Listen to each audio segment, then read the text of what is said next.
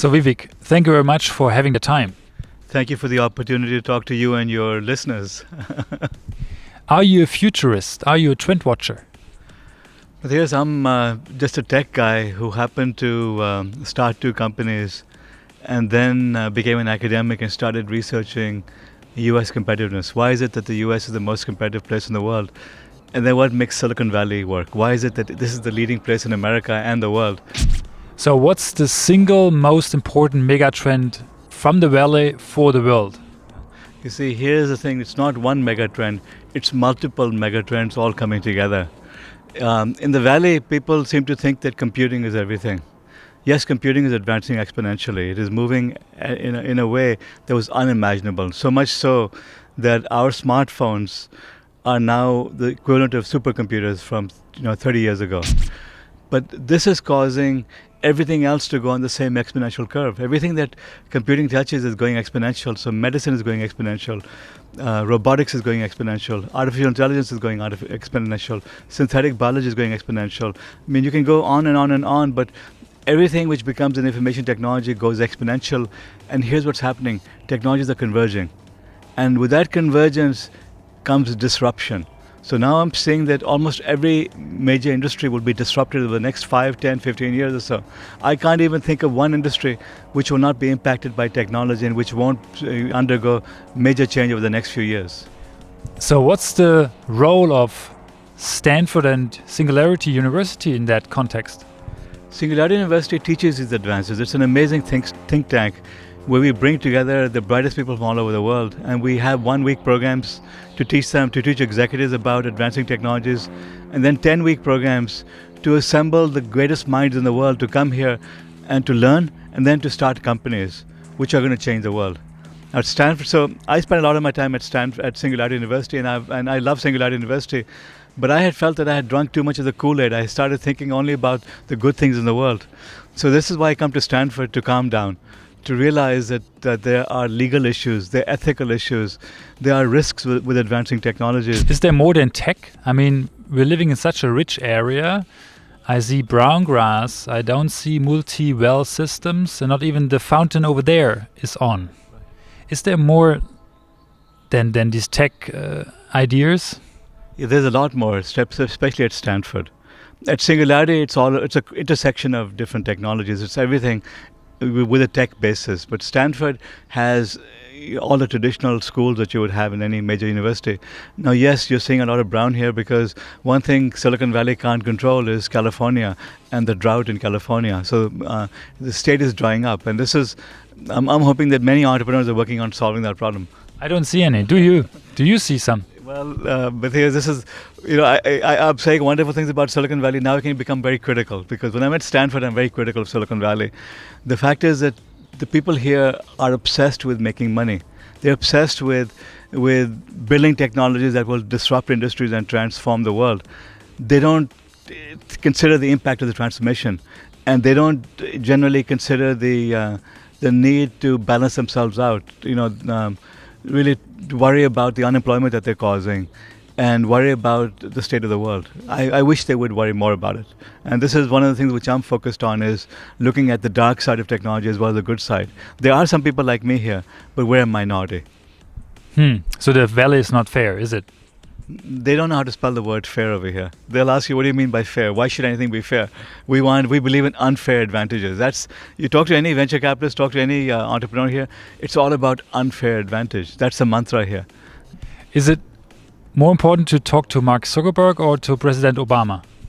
They're both in their own worlds. President Obama is worried about running the nation and worried about geopolitics. Zuckerberg is worried about meeting his quarterly revenue and growing his company. And he worries about which technologies are going to eat his company's lunch. So they're different concerns. But neither of them are addressing the problem you talked about of how do you now build the technologies to deal with drought? How do you now build the technologies to equalize the world and to take care of the needs of the poor and hunger and so on? So what role do the media have with all this hype? I'm also very critical about the media in Silicon Valley. If you look at the technology blogs over here, it's rah, rah, rah stupidity. I mean, they hype the most stupid things. Go to TechCrunch.com and read all the things that they write about. It's really the same dumb company. Someone will build another app to deliver your food, and they get front page coverage in that. So the media here is part of the problem. They're not the solution. They're the part of the problem over here. And this is why I wish there were more European publications over here, because what you cover depth. I mean, the fact that we're having this conversation, I don't have this conversation very often in Silicon Valley, despite the fact I live over here, right? So we need to be talking about the good and the bad, the fair and the unfair. What should Germany / Europe learn from the Valley? I would say learn from the good part of the Valley. Europe has a social consensus on looking after people. This is why you have such good welfare systems there. This is why you have such good education over there. The value system of Europe I admire. However, Europe has a big problem that it doesn't know how to innovate. It's very hierarchical, very segregated. It doesn't take risks, very traditional in that sense. That's a problem. In this new world we're in, unless Europe learns from Silicon Valley, Europe will go the way of Africa. Europe could descend into being, what's called a developing country 20 or 30 years from now, unless it starts to reinvent itself, because it will not be able to maintain the welfare state, do the sort of things it is for society, unless it realizes the advances and learns how to change itself. See, I'm coming from Stuttgart, where all the fancy cars come from.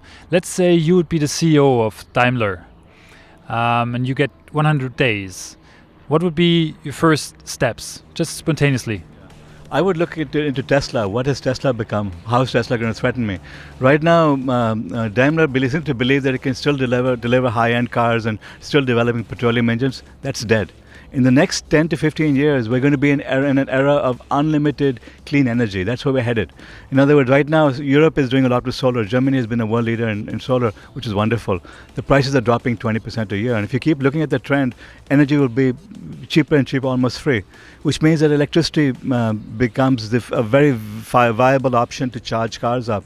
Electric cars are amazing. In other words, come up with a brand new concept, new idea, throw away the past. Don't be afraid to put my existing company out of business, because if Daimler doesn't put itself out of business, there are going to be startups in Silicon Valley that do put it out of business, because they're now taking over the automotive industry. I'm seeing all these self-driving cars from Google, for example, or Nissan. Nobody really turns their heads anymore. It's just part of the normal picture. When is that realistic? When is that life? I'm getting the new Tesla Model X, which has all the sensors on it. I expect that within 3 years, maybe 4 years, it'll drive itself.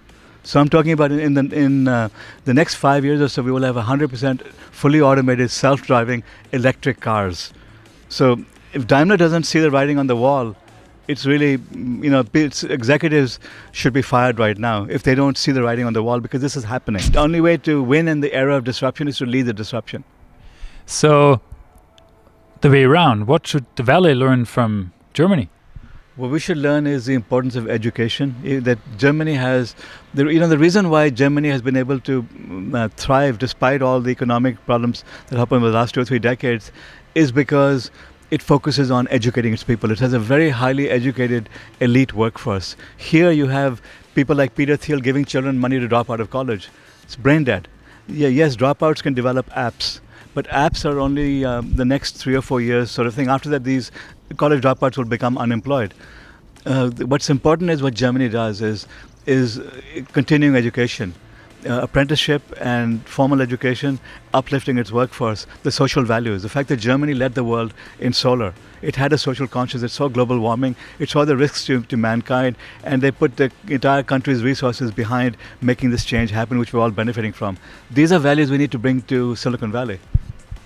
Reality is that we have a brain drain to the Valley.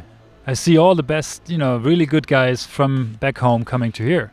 That's because you don't have the innovation system over there. And this is what I said earlier on, that unless Europe realizes that it needs to reinvent itself, it's going to be a third world country. And I'm serious about that. So now Europe has to wake up and realize that they have to bring in the best practices from Silicon Valley, which means tolerating failure, which means building networks, which means sharing information, which means now experimenting and trying new things out. This is what we need to bring there from here. So what's the main competitor of the Silicon Valley? What do you think? Right now, there's no competitor. Now, there's another issue over here: America's stupidity in immigration policy. It brings in people from all over the world, lets them work over here, lets them study over here.